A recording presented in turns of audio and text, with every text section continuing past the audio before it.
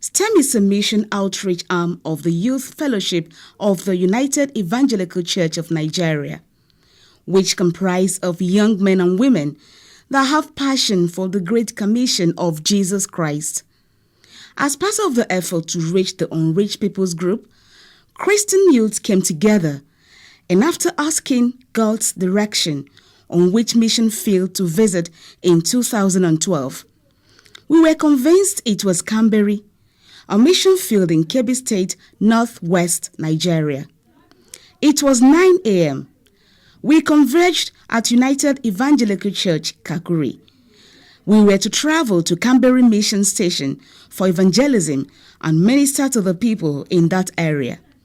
After we have prayed, we set off for the long journey at about 11 a.m. Several times, we stopped on the way to eat and fuel our vehicles. It seemed like an endless journey to some of us who had not traveled that long before. Yet, we were determined because we had one mission, and our focus was on the goal. Even though at some point, we needed to catch some sleep while the journey lasted. At last, by 8 p.m., the same day we arrived. Without wasting time, we sprang into action. We offloaded some of our equipment and set them up for the crusade. At first, we began with film show, and after that, the message was preached by Elder Sunday Usman, who admonished the people to live their lives for God. That tree that I have been worshiping, say answer maka. You tell him your problem, and he will solve it for you. That's the God we have come to introduce you to. The God I want to remind you of again. If I give you open your heart for you tonight, you will become your God, and you become his son or his daughter. It was a breaking of a new day. It was Christmas. We woke up at 5 a.m. and had our morning devotion. The prayer was led by Brother Isaac Ojodali, while Reverend Ariyu Oyibo gave the exhortations. Afterwards, the women in the group set out to make breakfast and also prepare some food for the Christmas celebration. The brothers, on the other hand, were sent to different mission stations to give the message of the birth of Jesus Christ. The task was not an easy one, as some of us had to push our motorbikes through the river. The difficult terrain also made it unmotorable for our vehicles. However, we persevered. The more difficulty we encountered, the more resolute we became.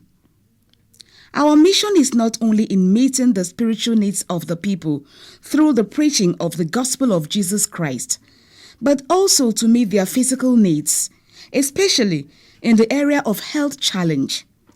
Our team of medical personnel, under the supervision of Dr. S. Abba, were up and doing as they examined the people and administered drugs to them, while some ladies among us who are experts in hairstyling made different hairdos for the little girls in the village.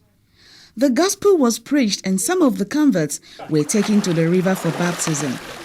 There was a wedding solemnization during this outreach. With the wedding over, we knew our mission was not over. We went about from house to house, preaching the gospel. It was a delightful experience that some would like to share. Thank God for this year's outreach. It's really successful, even though there were a lot of stress or challenges that would have discouraged us from making it.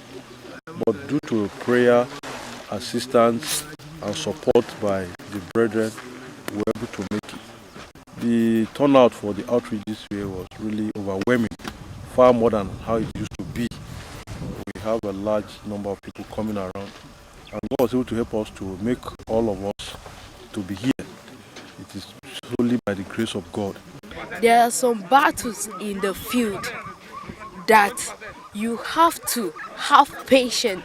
Without patience, you cannot keep through. You have to lift your headlock and face the one that called you, so that he will lead you throughout the battles. The thought I had before I came for this missions exposure is not as as I'm seeing now, is the gap is wide. It's far different. It's a different thing entirely. Okay, before now, I used to think that missions field is just a place you come, you just preach, organize crusade, and go back. I never had in mind that there are even resident missionaries. I never knew that there are people who have sold their lives, their vocation, their interest, their passion for the gospel, and they are resident with the people to whom the gospel is being preached to. As long as they hear it's a free medical service, they will always be there. And they will come and give you access to them. You talk to them after giving attention to them medically. Some of them will, at the end of the day, give their lives to Jesus Christ. So it's another avenue of reaching people that you cannot go directly with the gospel.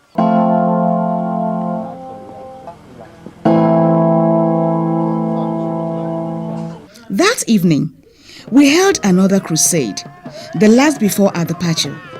We put everything in place, and the program began in earnest.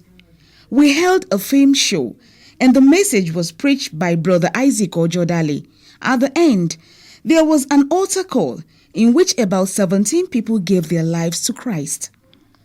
With the success of the crusade, we went to bed joyfully. We knew God had prospered our trip to Kamberi, and this delightful experience will linger in our memory for a long time. The people were so receptive and open to the word of God. Zuwanku a nan yana karfafa mu da yawa domin aikin bishara. Na ɗaya kenan. Na biye da shi kuma kukan zo ne domin ku sake haɗa mu zumunci da almasihu. Na biyu kenan. So mu kuma muna farin ciki, muna murmuri domin zuwanku.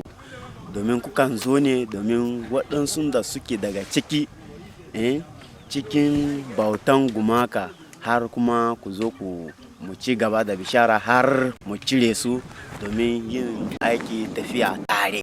It was an experience we cannot forget for as long as we live.